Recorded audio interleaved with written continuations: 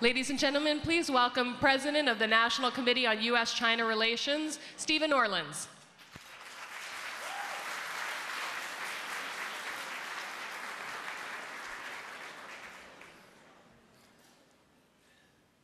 Secretary Kissinger, Minister Liu, Ambassadors Sun and Rand, Governor Kean, honorees Bilbrey and Woertz, distinguished guests and friends. Tonight, as the National Committee celebrates its 49th year, enters its 49th year, we celebrate the 35th anniversary of the establishment of diplomatic relations between the United States and the People's Republic of China, which occurred on January 1st, 1979. This anniversary brings back memories for many in this room. About this time of year, in 1978, I sat in my office at the State Department, staring out the window at the Potomac River and wondering what would happen when the announcement was made. It would be front-page news. Many would welcome it. But we expected a storm of protest, too. I was, as the Chinese would say, a xiao tu dou, a small potato, on the legal team. We, along with our bosses and President Carter, were well aware that there was a strong opposition in Congress to completing the effort brilliantly initiated by President Nixon and Secretary Kissinger in 1972. In fact, a majority of House members opposed the normalization of diplomatic relations with China. President Carter knew that leadership required doing what was in the national interest, even if he would pay a political price. In China, Vice Premier Deng Xiaoping believed that leadership required making tough decisions, so he decided to act, even though not all the terms were to his liking. Both leaders put national interest above political self-interest. Many were ecstatic, but I will never forget accompanying my boss, the legal advisor, Herb Hansel. Herb is with us tonight. Where are you, Herb?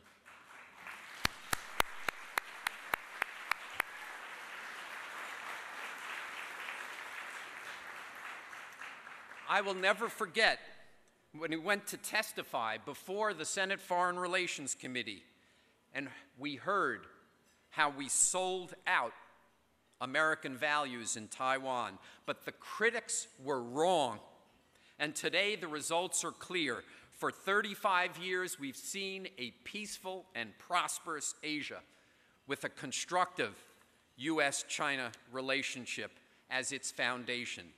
Today, President Obama is in Beijing at APEC, and over the next 2 days, he will hold bilateral meetings with President Xi Jinping. The question now is, will our leaders, as the Chinese proverb says, 高瞻远瞩, stand up high and see the future? Will they follow the Nixon, Kissinger, Mao, Zhou, and then Carter Deng path and lead our nation to the next stage of cooperation, or will the U.S.-China relationship fail to live up to its potential? The announcement this morning that both governments will issue 10-year multiple entry visas is an important beginning.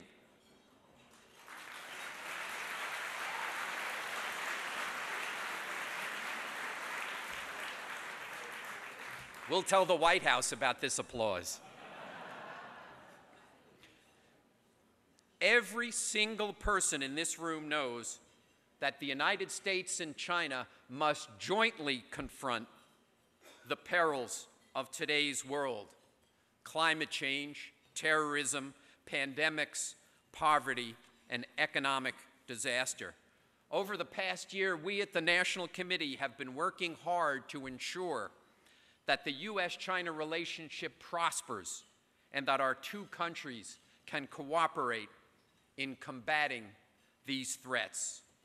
Since I last stood here 1 year ago, we have held 5 Track 2 dialogues, 2 on economic issues, another on maritime disputes, a 4th on energy, and a strategic security dialogue at Sunnylands, which took place after President Obama and President Xi met there. We're preparing the next generation through our Student Leaders Exchange and our Young Leaders Forum. Soon, our Public Intellectuals program will have trained 80 of the brightest emerging China specialists to engage with the public and policy communities. We are informing policy leaders through study tours to China and special briefings. This year, we ran a congressional members trip and 4 congressional staff trips to China.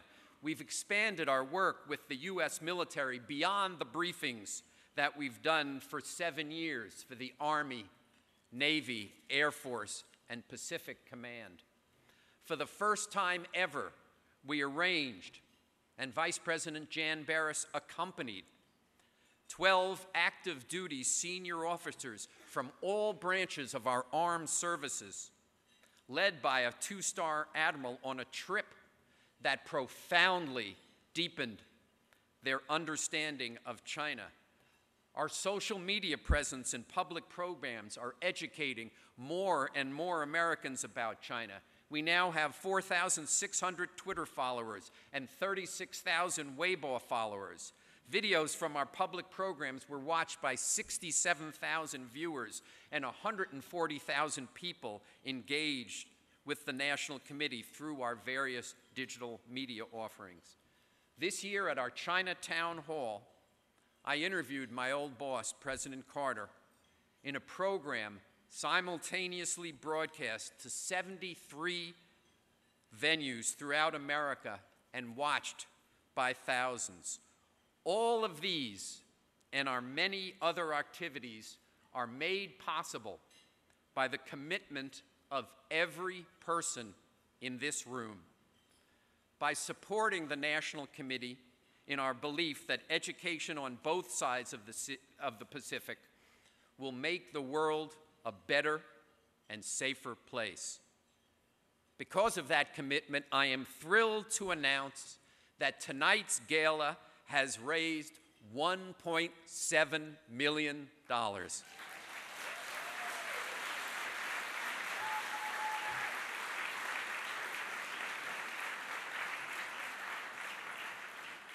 I want to thank our 2 honorees, Patricia Woertz and John Bilbrey, and their companies, Archer Daniels Midland Company and the Hershey Company, who did a fantastic job in helping generate this support. I want to recognize the Star Foundation, Xcoal Energy and Resources, Tishman Speyer, Pfizer, and the ACE Group for supporting at the highest level. I would also like to thank the hardworking staff of the National Committee, and especially our Director of Development, Diana Rogeman, who, despite just having had a baby, made tonight such a successful occasion.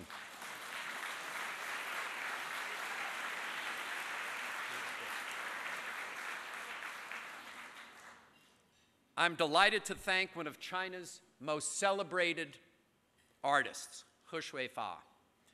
The pictures? You can, there we are. It shows me, I'm not the artwork to be given away tonight. You can see above me 2 of his beautiful paintings, which will be presented to the honorees tonight. He has traveled all the way from Hangzhou to be with us tonight, so please join me in thanking He Shuifei for his generous donation.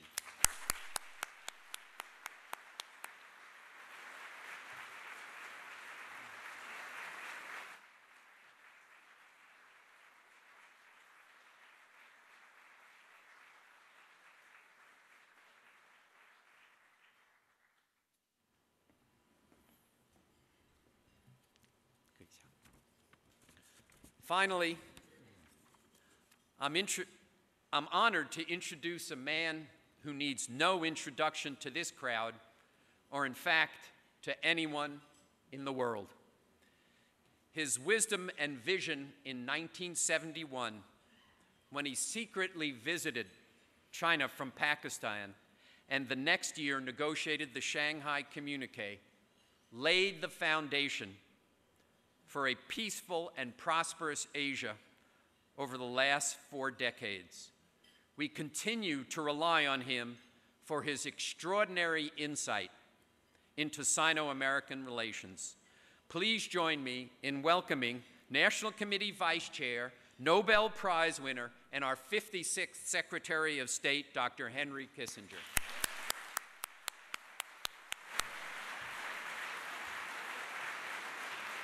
Fabulous.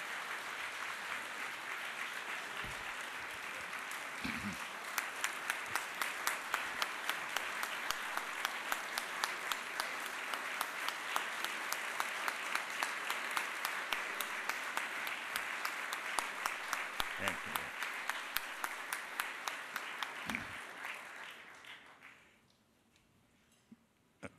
Mr. Orlin, Minister Liu, distinguished guests, it is 43 years ago when I paid my first visit to China. I would never have imagined that we would reach this present point.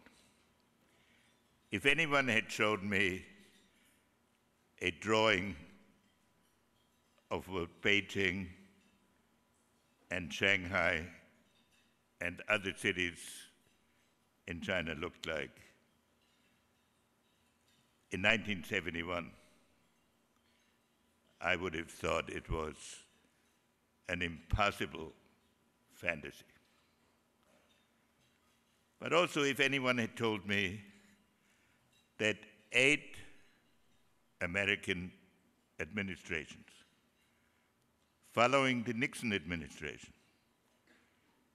and a succession of Chinese administrations, would over this whole period maintain one constant policy, which was that cooperation between China and the United States was essential for the peace of the world, for the progress of the world, and for the well-being of the two peoples.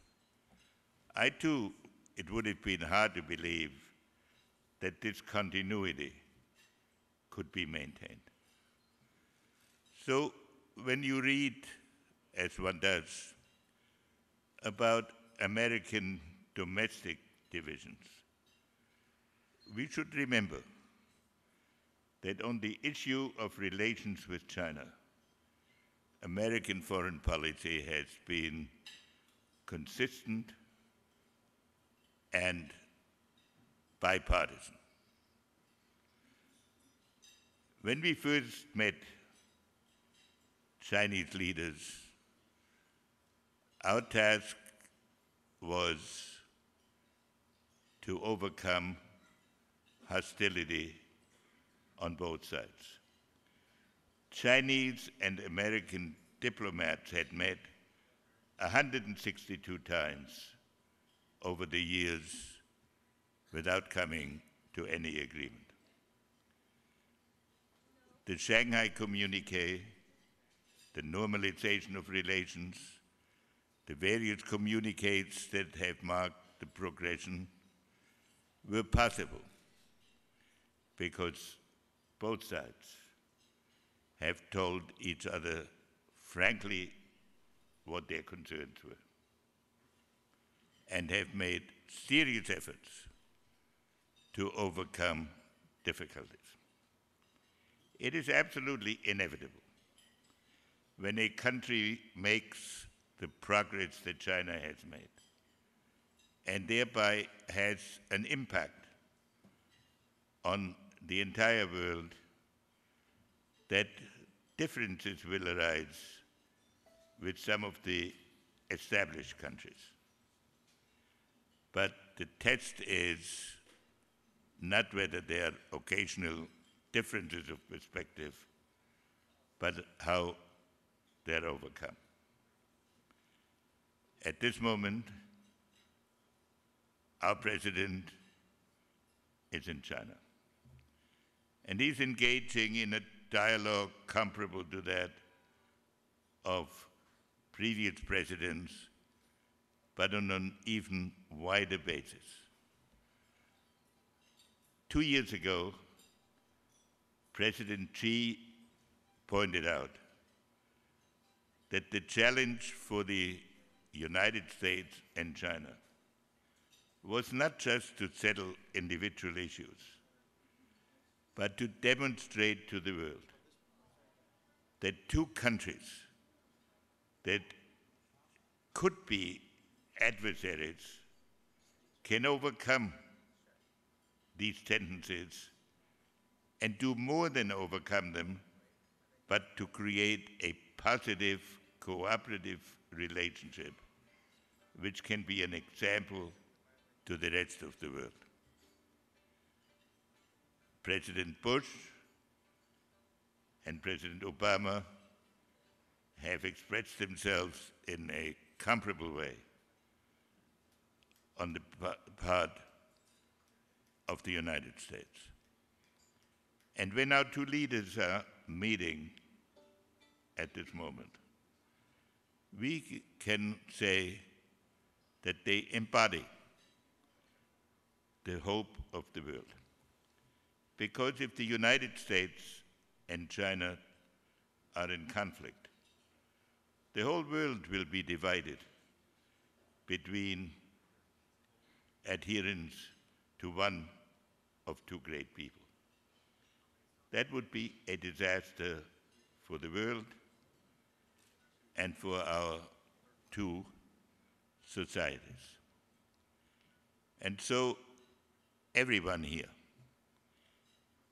and regardless of the parties in America, hope and are confident that this will be a successful visit, and that even when we go into a presidential campaign next year, where nobody can guarantee that absolutely rational things are said at each moment,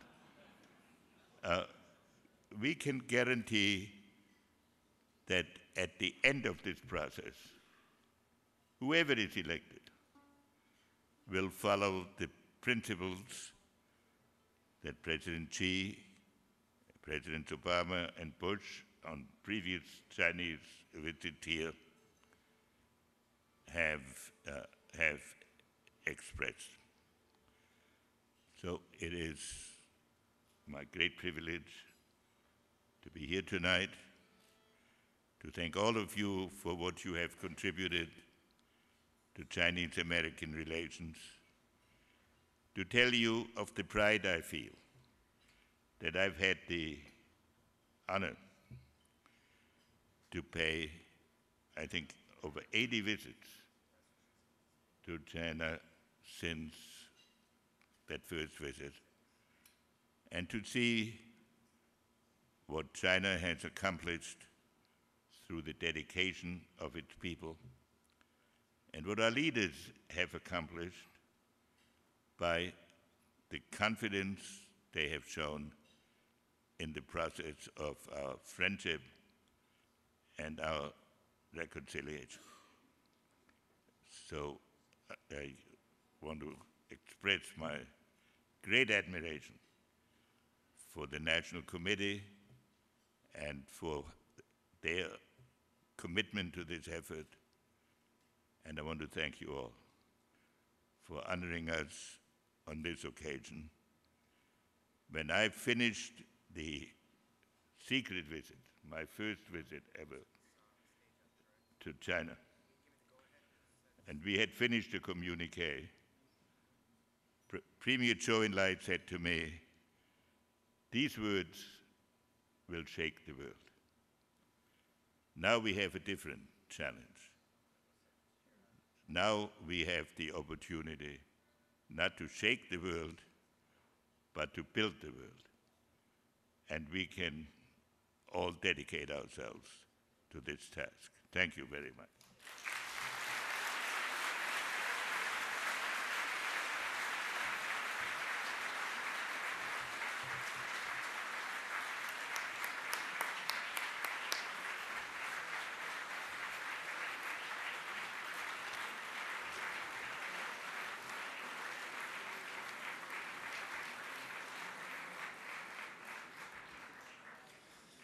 Dr. Kissinger, thank you so much. No one has contributed so much over such a long period than you to the U.S.-China relationship. Thank you again.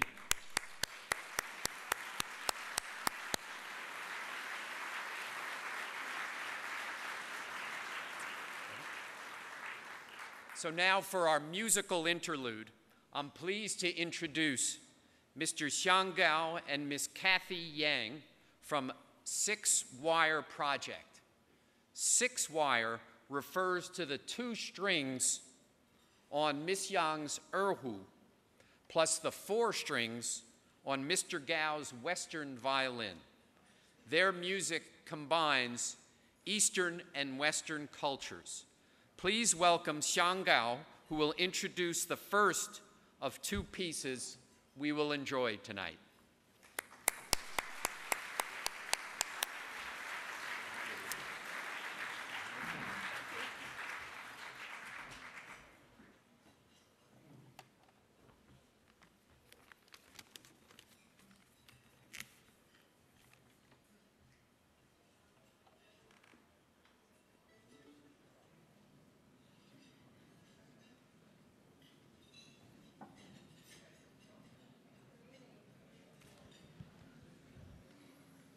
Good evening.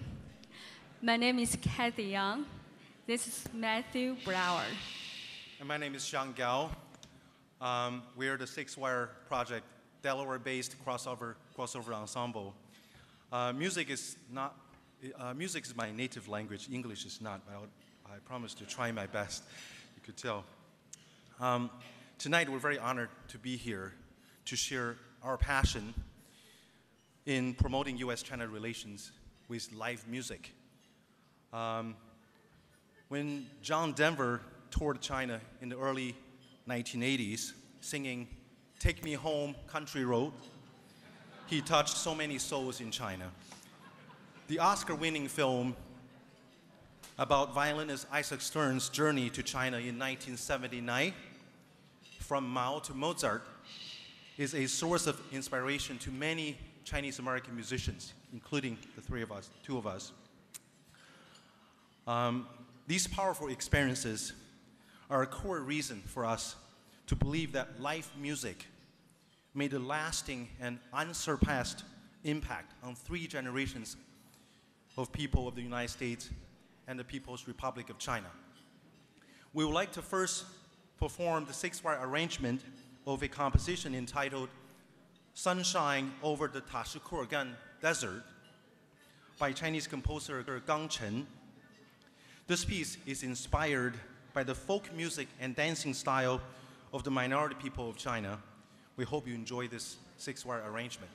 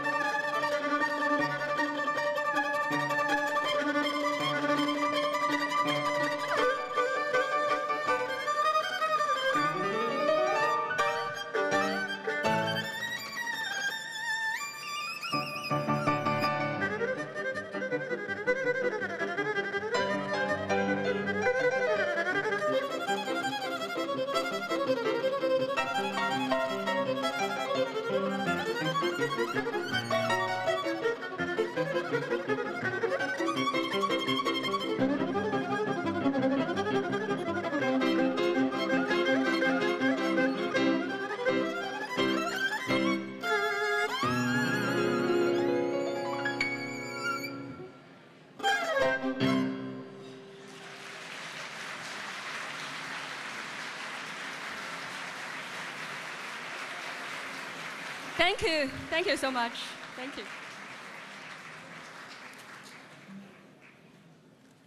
Ladies and gentlemen, following the footsteps of ping pong players Zhang Zedong and Glenn Cohen in 1972, as well as the Shenyang acrobats in 1973, Six Wire hopes our music will bring the people of our father and mother countries closer for the sake of our children and the rest of the world. In the past, friends, bad news has occasionally made the appearances in the media, news that troubled us about the relationship between our two homes. We understand the US-China relations has been a complicated one, as the two countries have enormous differences. But would it always be a rocky relationship? Well, perhaps it ain't necessarily so.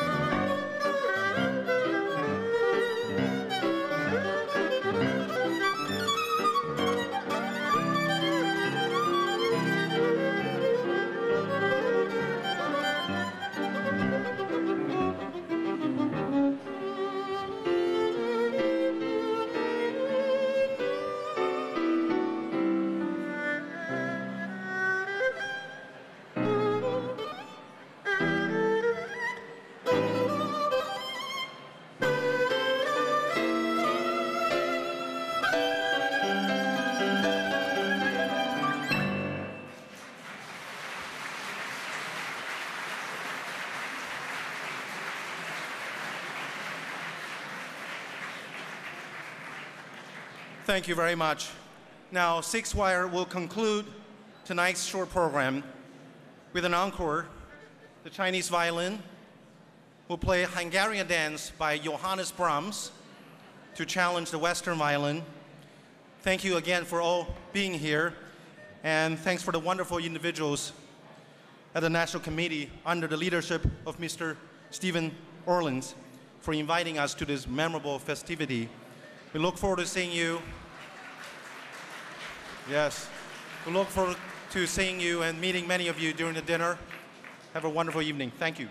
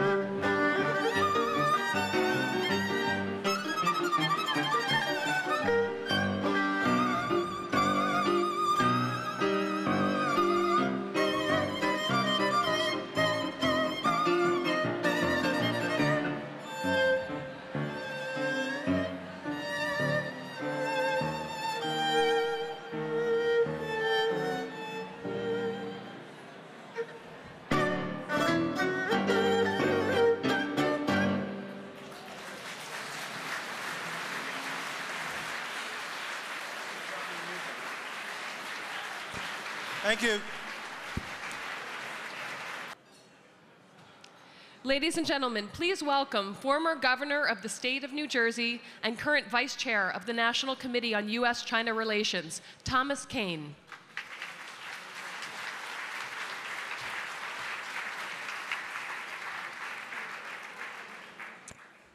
Good evening and welcome.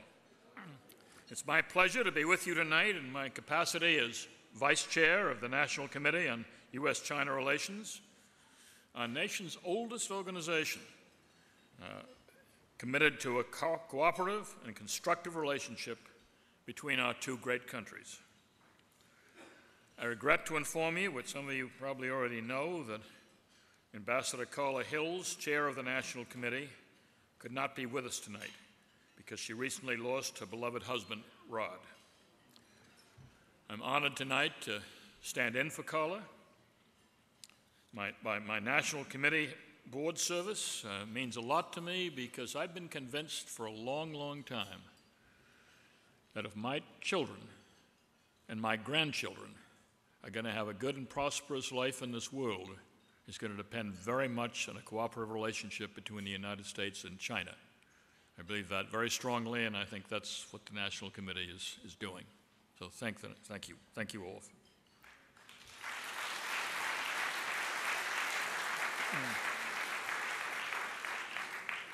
I'm honored to read a letter we've recently received from President Barack Obama on the occasion of this evening's celebration.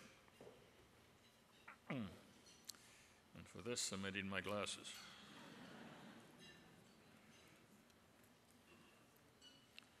I send greetings to all those attending the National Committee of the United States-China Relations 214 Gala dinner. This year, we celebrate the 35th anniversary of the establishment of diplomatic relations between the United States and China. The U.S.-China relationship has become increasingly multifaceted and global in scope, embracing not only our political and security cooperation, but also our ever-broadening economic, cultural, and people-to-people ties. Joint efforts by the United States and China to promote economic prosperity, regional security in Asia, and progress on clean energy and climate issues are bringing positive and concrete results to our peoples and the larger international community. The National Committee has played a key role in strengthening bonds between the United States and China and fostering dialogue between American and Chinese citizens for close to 5 decades. Its innovative programs and exchanges encourage mutual understanding and enhance communications between our citizens, helping ensure the U.S.-China relationship remains a positive one for generations to come. As you gather on this special occasion, I wish you all the best for an enjoyable event. Barack Obama.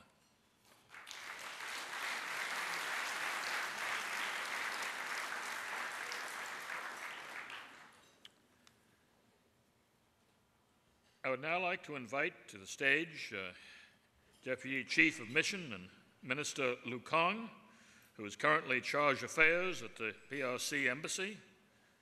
While Ambassador makes his way, he's returned from the ambassador. His way is returned to Beijing for the APEC meetings. Minister Lu has traveled from Washington to read a letter of congratulations from Chinese President Xi Jinping. Please welcome Minister Lu.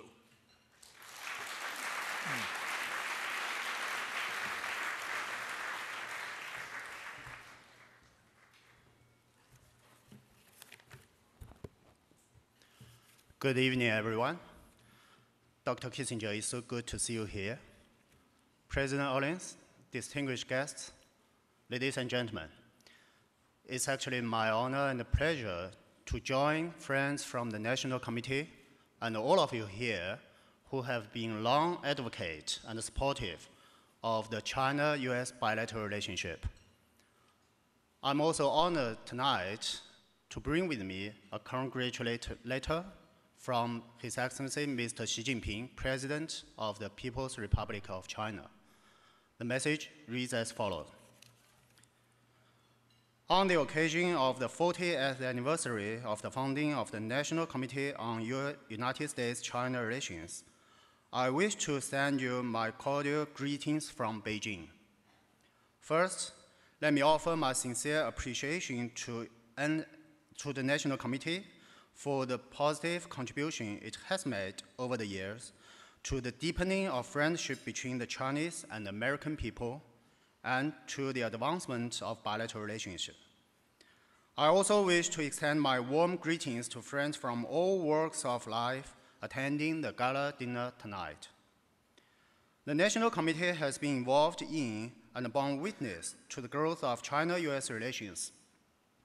The journey our two countries have traveled together, from mutual estrangement to normalization to today's joint endeavor to build a new model of major country relationship, would not have been possible without the hard work and the contribution of people from all sectors in both countries. Thanks to the tremendous effort of both governments and people from all circles, China-US relations have stood the test of changing international circumstances and made historical progress. Today, our two countries are engaged in close communication and cooperation in a variety of areas, which is crucial to the well-being of our peoples, as well as peace, stability, and prosperity in the Asia-Pacific and world at large. To promote our cooperation in various areas and ensure the long-term, healthy, and steady growth of our bilateral relations serves the common interests of our two countries and peoples, conforms to the interests of peoples of all the countries, and accords with the calling of our times to advance the noble cause of peace and development of the world. China stands ready to work with the United States to forge ahead with the new model of major country relationship. These days, China has been playing host to the 22nd APEC Economic Leaders Meeting in Beijing, which brings together leaders from APEC member economies and cooperation partners. President Barack Obama will attend the meeting and pay a state visit to China. I'm confident that with concerted efforts from both sides, our meetings and exchanges will give new and strong impetus to efforts for further progress in building the new model of major country relationship between our two countries. Finally, it is my sincere hope that the National Committee of United States-China Relations and all of you present will continue to contribute your wisdom and suggestions to the advancement of China-US cooperations. I wish the celebration activities for the 40th anniversary of the National Committee a complete success. Xi Jinping, President of the People's Republic of China. Thank you.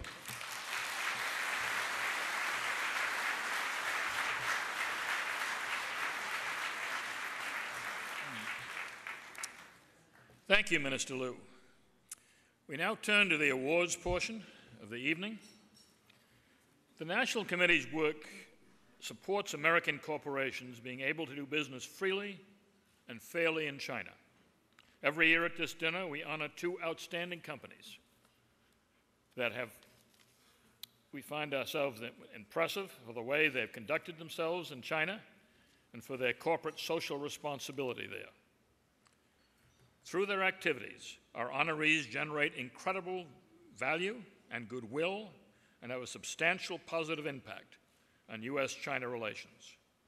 We therefore want to thank our two honorees, Patricia Woertz and John Bilbrey, for their companies, Archer Daniels Midland Company and the Hershey Company, whose work in China could serve as a model for other corporations.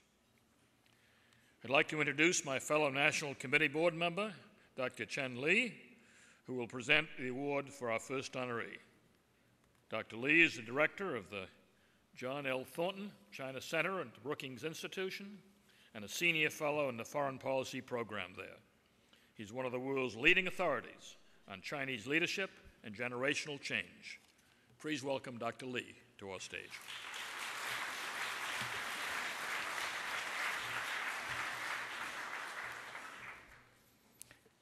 Thank you, Governor Kean. Good evening.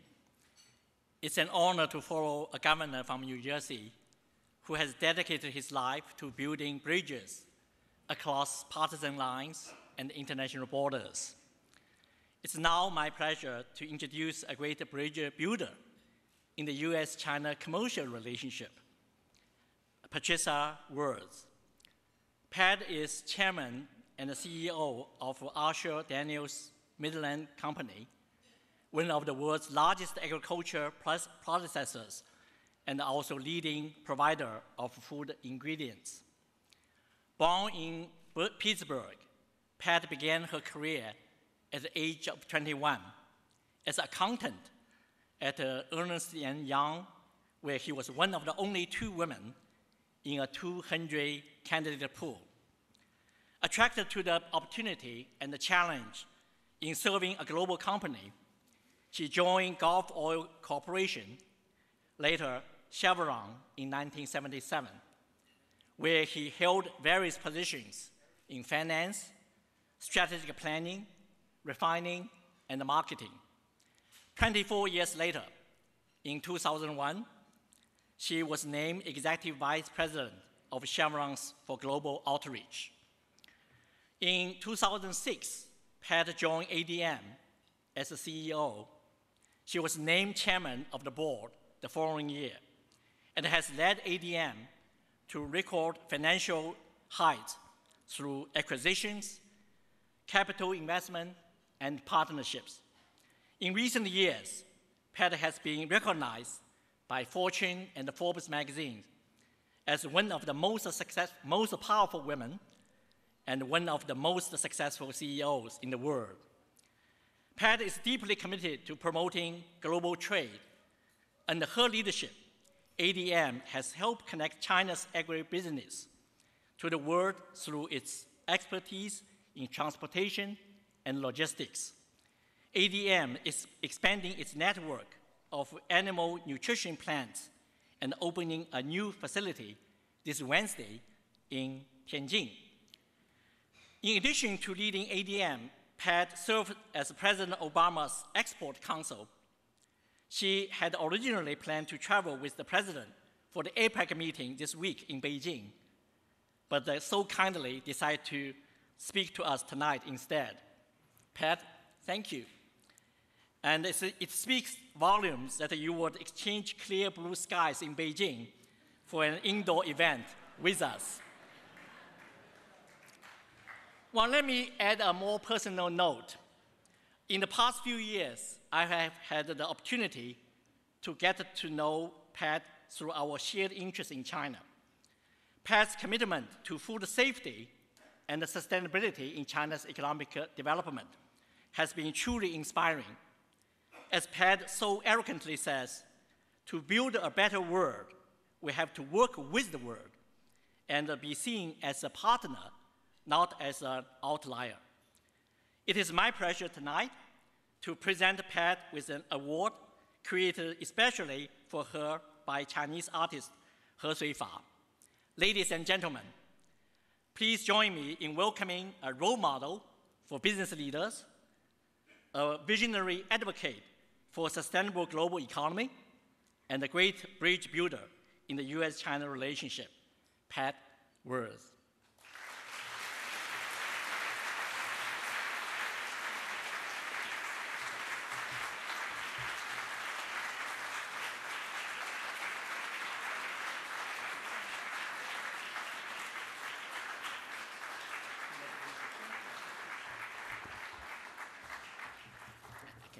So do I have to hold this I while I speak?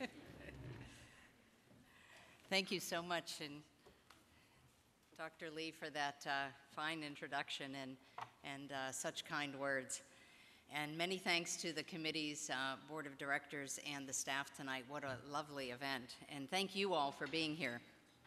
It's certainly a tremendous honor for ADM to be recognized tonight. And we are particularly honored to share tonight's event and spotlight, so to speak, with John Bilbrey and the Hershey Corporation, two names synonymous with excellence and excellent corporate citizenship. We're very grateful for our long-standing relationship with Hershey, So it's certainly a true pleasure to have our two companies together for this wonderful occasion. It's also a thrill to hear Dr. Kissinger. Thank you so much for your remarks tonight and for being with us tonight. You've reminded us so brilliantly of the importance of the relationship between our two countries. And if you haven't read Henry's new book, World Order, it is phenomenal. It talks about both idealism and realism in global affairs today. Tonight's honor is particularly meaningful because coming from the National Committee, you are an organization that for nearly 50 years has worked to promote constructive dialogue, the exchange of ideas, and mutual understanding. And I certainly believe that these elements are the foundation for all good relationships, be they personal relationships between individuals, business partners, and certainly countries like the United States and China. With China's extraordinary economic growth over the past decades, driving vast changes in our world, I am confident that this committee's role is even more important today than ever. A growing Chinese population with rising incomes, it's creating tremendous opportunities for many companies around the world, and it's creating tremendous demand for everything from homes and cars to appliances and smartphones. And China's engine is the global growth for demand in food as well. So as our company, one of the world's largest agricultural and agricultural processors and suppliers of food ingredients around the world, this growth is certainly significant for our business. And as you know, China's population is about 1/5 of the world's population, yet its arable land is only about 10% of the world's arable land. So food security and food supply is a key priority. So for 25 years, ADM has been involved in working to help meet China's need for a safe, secure, and sustainable food supply. Today, we are expanding our crop sourcing, transportation, and processing throughout the world, but particularly in large part to help supply growing demand for food in China. And then within the country, we're expanding our network of plants, like Dr. Lee said, to produce more animal feed as consumers in China continue to enjoy a more protein-adequate diet.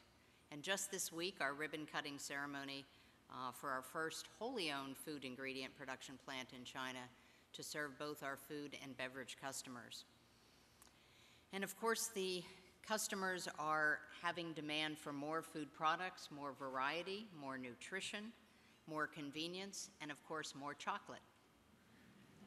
So like many other global companies, we're excited about the opportunity afforded to us in China, and particularly the growing middle class. But it's not just the business potential that we find compelling. We're also appreciative of the increase that global commerce has, and also comes with it global cooperation.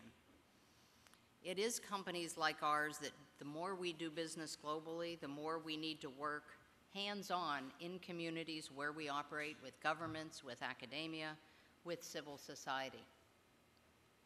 And it's this cooperation that often helps stimulate not just economic growth and opportunity, but also societal benefits that benefit all. Let me share a couple of brief examples that we're doing in China. As we grow our feed business there, we're partnering with China Agricultural University, and we've shown that some grain that is in cattle feed can be replaced with nutritionally treated corn stalks and stover and leaves, the residue that's often left on farmers' fields after the harvest. So this process can improve dairy farmers' profitability by about 20%. It preserves more grain to be used for food, and it makes more productive what could otherwise be considered waste. Another example is the establishment of the ADM Institute for the Prevention of Post-Harvest Loss. We're particularly interested in helping farmers reduce the loss or preserving more of their precious harvest. So in 2011, we founded this institute with a $10 million grant to the University of Illinois. Today, the institute is working with China's Research Center for the Rural Economy, and it's helping to preserve more of China's farmers' wheat harvest. And finally, in an effort to develop great talent in the agriculture and food-related fields, we've launched a very ambitious scholarship programs with universities in Beijing, Tianjin, Nanjing, and Shanghai. And I believe these efforts, like all efforts of commerce, absolutely is a critical force for global cooperation. Creating stronger institutions ultimately creates a stronger and more peaceful world. These goals unite companies like ADM, institutes like the National Committee on U.S.-China Relations, and like so many of us in this room tonight, we share, I think, a common purpose, a noble purpose, that such exciting opportunities make a positive difference in the world. So on behalf of my 23,000 colleagues at ADM, let me thank you again tonight for this tremendous honor. We look forward to continuing to partner with you and all of us that share a goal of a stronger, more vibrant U.S.-China partnership. Thank you so much.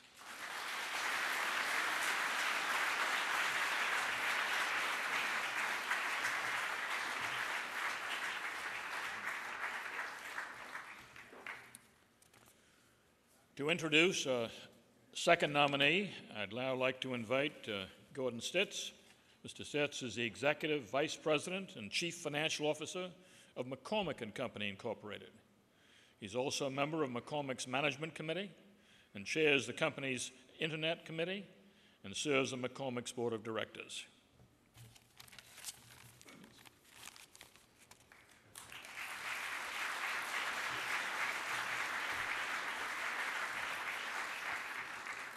Thank you, Governor, and good evening, ladies and gentlemen. There is a stretch of interstate running from south central Pennsylvania into north central Maryland. At one end of the road, you can enjoy the warm, wonderful aroma of chocolate, and on the other end of the highway, it's the enticing, lively scent of spices. That road has brought us together, J.P. Bilbrey and Mcormick. It has been our distinct pleasure to have J.P. Bilbrey on our board of directors at Mcormick since 2005. It has been the ideal fit on so many levels. The two companies have a rich heritage and company culture. Hershey has grown from humble beginnings to be a global leader, and yet they stay committed to communities on the local level. JP models all those traits that make Hershey a much admired company. With JP at the helm, Hershey has been recognized repeatedly for corporate social responsibility. For this, JP applauds his colleagues at Hershey, and we all know that achievements such as this starts at the top. As a McCormick board member, JP has always leveraged his extensive consumer products background, providing us with valuable insights. He helps our McCormick management team think more broadly and challenge ourselves to be the best McCormick we can be. He has been the consummate board member. And what Hershey has been doing in China is a great example for others to follow. Hershey first entered China 20 years ago, and steps taken in recent years under JP have positioned Hershey as one of the fastest growing confection companies in the country. We at McCormick hope that JP has gained half as much from us as we have from him. We look forward to his next trip down Interstate 83. We hope that he agrees the combination of chocolate and spice is a delicious one. And it is my pleasure to present JP with an award tonight painted for him by Chinese artist He Shuifa. JP is richly deserving of the recognition you bestow on him tonight, and on behalf of my colleagues at McCormick, it's my pleasure to introduce J.P. Bilbrey.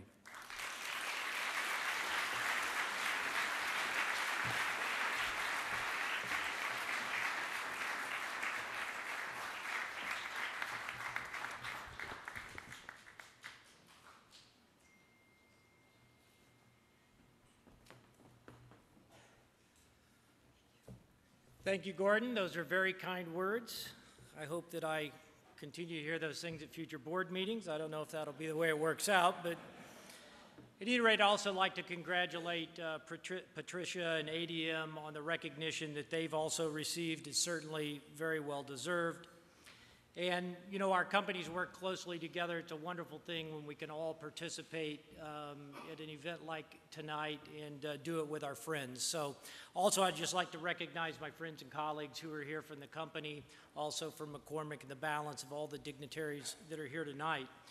Now, one thing I would tell you before I make any other comments is I had a very special evening already.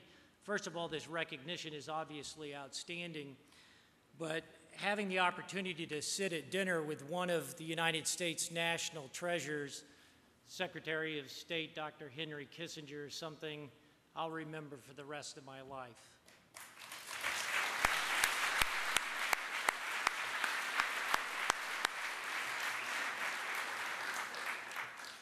Now, this recognition means a lot to me personally because China has been a very important part of my business career. Now, while I've not been there quite as early as Secretary of State Kissinger, I have done business in China for about 25 years.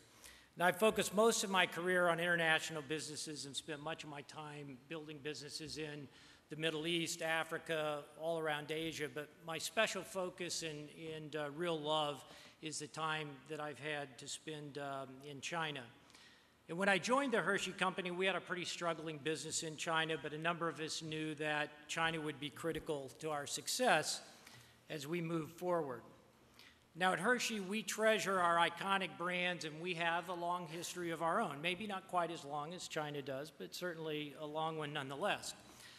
And in fact, we have a postcard in our archives from Tianjin, China, where a customer asked us to send a box of chocolates because they're very hard to get in China.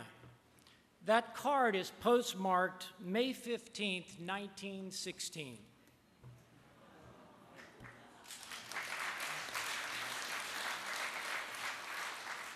Hershey's physical presence in China has not matched that timeline quite, and in fact, Hershey officially arrived in China about 20 years ago. And I can tell you it's not always been easy.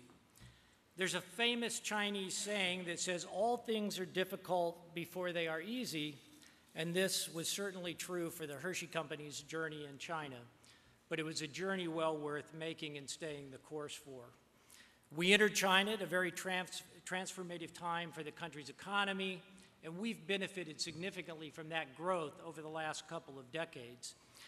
With China's economy growing at one of the fastest rates in the world, with a lot of consumers entering the middle class, you can imagine for a company like ours, which has accessible indulgences, this has been a nice combination.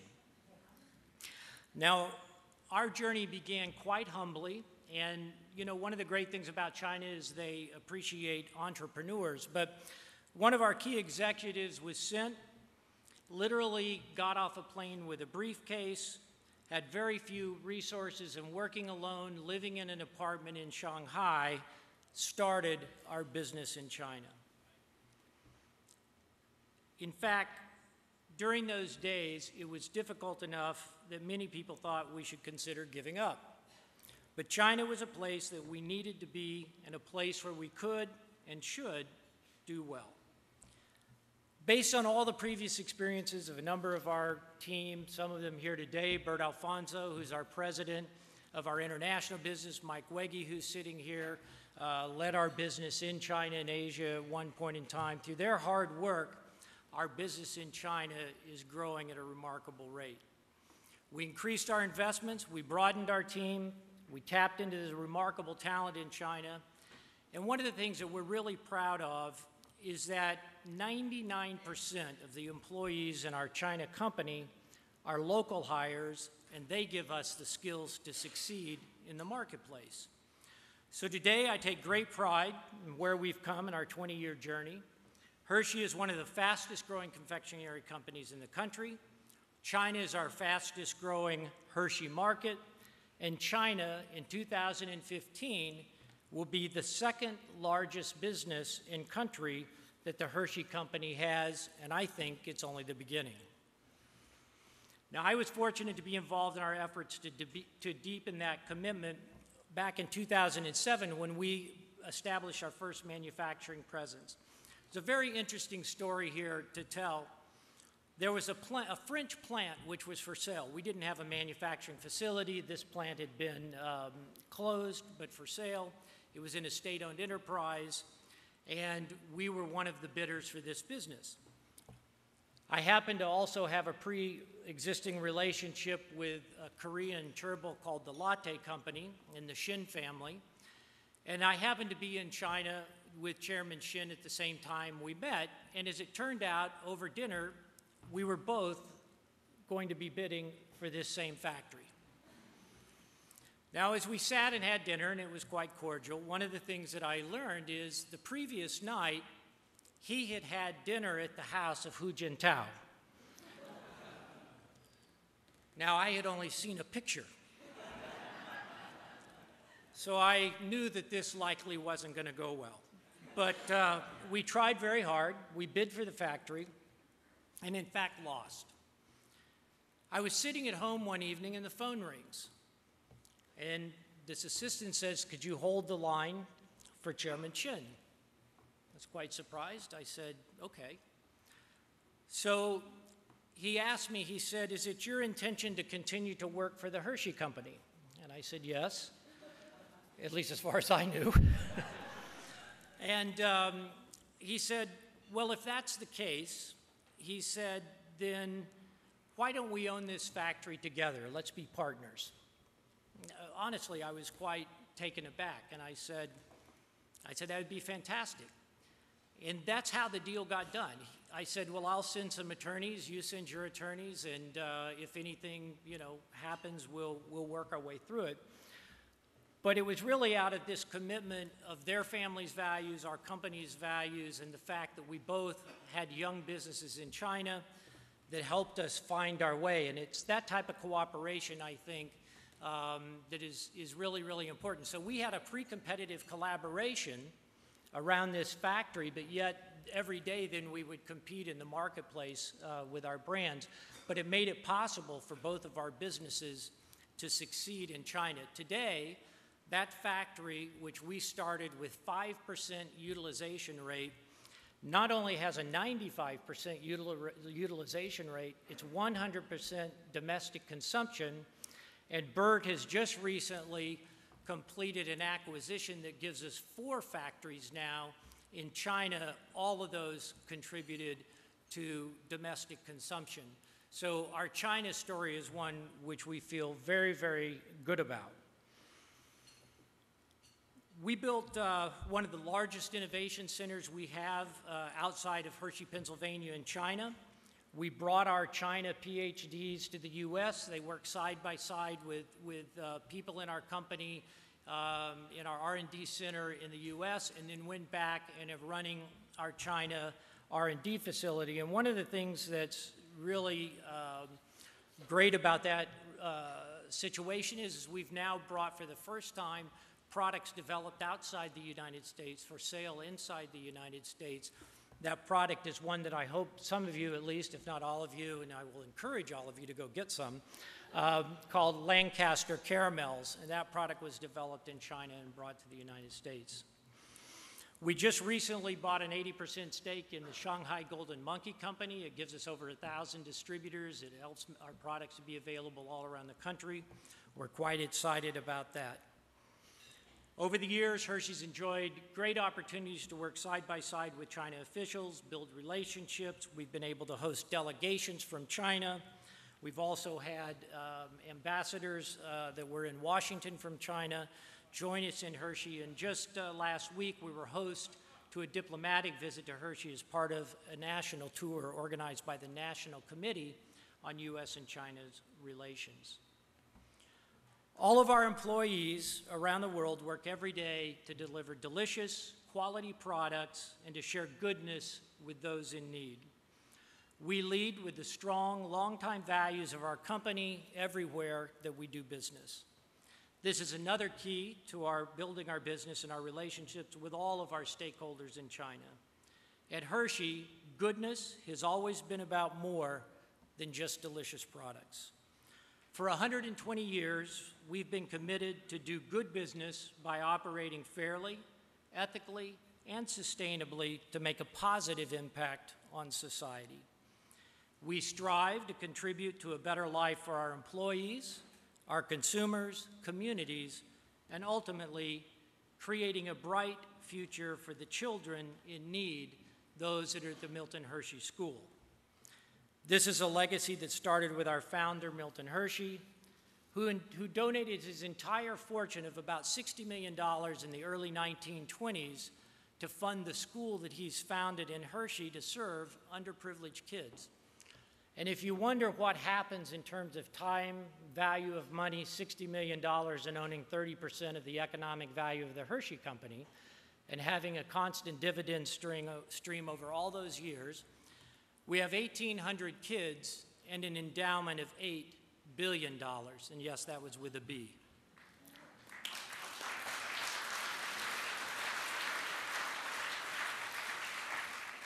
This is a very special recognition for all of us at the Hershey Company. I'm so honored to be here tonight and represent all of our employees. I'm proud of what we've accomplished so far in China, and I feel privileged to have participated with my colleagues in some of those accomplishments. There's an old Chinese proverb, and it says, "A man should choose a friend who is better than himself." There are plenty of acquaintances in the world, but very few real friends. We're very proud to call China a long and enduring and real friend. God bless every one of you. Thank you.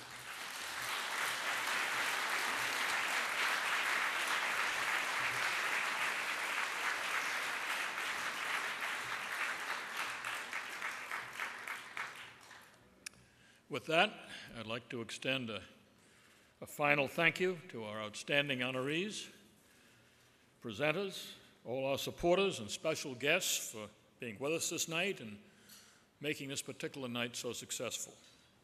I also extend our thanks to Hushawa Fei for the beautiful paintings, and Six Wire Project for that wonderful performance of music this evening, and Dr. and Mrs. Kissinger for gracing us again with their presence. Thank you all for your support of the National Committee, and have safe travels home. Thank you.